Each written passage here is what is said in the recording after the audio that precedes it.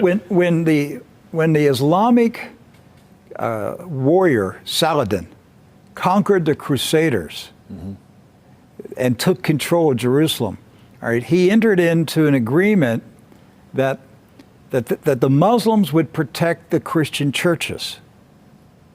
And so he appointed 2 Muslim families.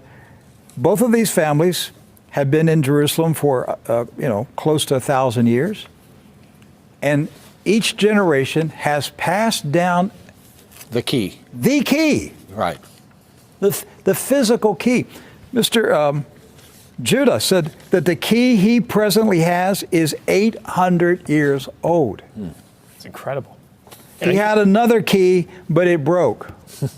And this is a Muslim. I mean, yes. Adbi Judah is a Muslim. And he said it's a great honor for a Muslim to hold the key to the Church of the Holy Sepulchre, which is the most important church in Christendom. That's not disrespect. That's we don't hear this in America. We don't hear, because what we have been told is Christian Americans, you should hate Muslims, you should kill Muslims. Because they're going to tear down all the churches and basically just ransack them and everything else. But here we have 2 families that for nearly 1,000 years have actually been watching over Christian churches. That's right. So who planted into our minds here in America that we should hate and kill Muslims? Who planted that thought in our head? Because it came into our society after 9/11. That's correct. So 9/11 was a calculated, planned operation, and it changed everything in our country. And so we were saturated with media propaganda, which who owns the media in this country? So we were saturated with this media propaganda. You Americans, you need to hate Muslims. You need to go to war. You need to send your sons to go kill Muslims. All right? And yet, when you go to the Middle East, you find out that the Muslims, like Christians, are taking care of Christian churches. Yes. Do not hold animosity against Christians or Americans, except in the case where Americans are pushing for war in their countries or trying to take their land.